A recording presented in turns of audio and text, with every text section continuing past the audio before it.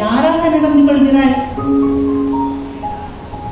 பிள்ளைகளே, மூன்றாவது கற்பனை என்ன சொல்லுது? உன் தேவனாகிய கர்த்தருடைய நாமத்தை வீணிலே வழங்காதிருப்பாயாக என்று. இப்பொழுது ஆண்டவருடைய நாமம் கொடுக்கப்பட்ட 4 பேருடைய நடத்தைகள் எப்படியெல்லாம் இருக்கிறது என காணப்போகிறோம்.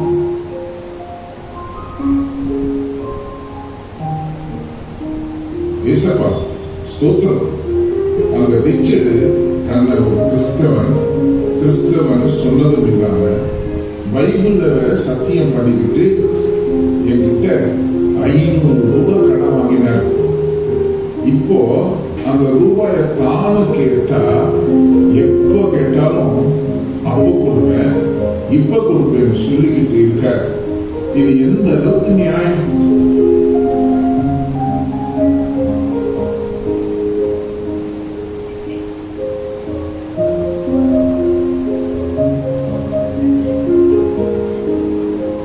சுவாமி, இந்த தெபோரா அது ஒரு கிறிஸ்தவ பிள்ளை நான் நம்பி என் சார்ஜரையும் என் செல்போனையும் கொடுத்துட்டேன். போய் கேட்டா அதை வச்சுக்கிட்டு எனக்கு அதை பத்தி தெரியாது, நீ எப்போ கொடுத்தேன்னு சொல்றா. அது உங்க பிள்ளை தானே?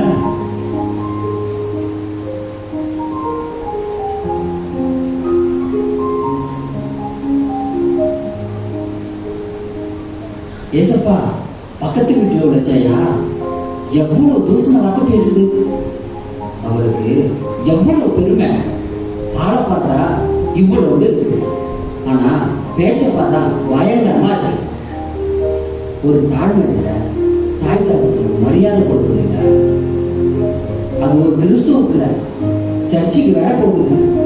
இதோ இந்த ரிட்டீன்ல கூட எங்கேயோ உட்காந்து இருக்கு. அவன் உங்க பிள்ளை தானே?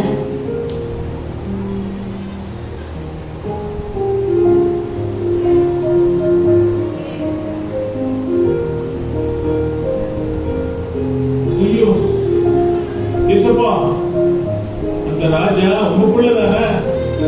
பாருங்க இப்படி அடிச்சுட்டாரோ, ரத்தம் வேற வருது. இப்ப நான் ஆஸ்பத்திரிக்கு போறேன், என்ன பண்றது?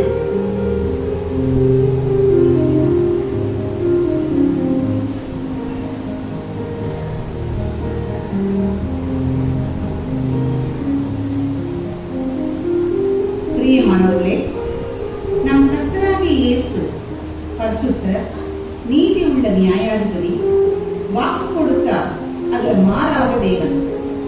ஆனா நாமோ அவர் பேராகிய கிறிஸ்துவின் பெயரை வைத்துக் கொண்டு கிறிஸ்தவர்களாக அறியப்பட்டு மக்களால் கூப்பிடப்பட்டு கிறிஸ்து போல வாழாவிட்டால் எப்படி? வசனம் சொல்லுது, உன் தேவனாகிய கர்த்தருடைய நாமத்தை வீணிலே வழங்காதிருப்பாயாக என்று. ஆனால் ரோமர் 2:24 படி தேவனுடைய நாமம் பிரஜாதிகளுக்குள்ளே உங்கள் மூலமாய் தூஷிக்கப்படுகிறதே என்றும் எழுதியிருக்கு. அப்படின்னா பிள்ளைகளே, நீங்க எப்படியெல்லாம் நடந்து கொள்கிறீங்க? இதை நீங்க சிந்தித்து உங்களை மாற்றிக்கொள்ள வேண்டிய நேரம் அல்லவா?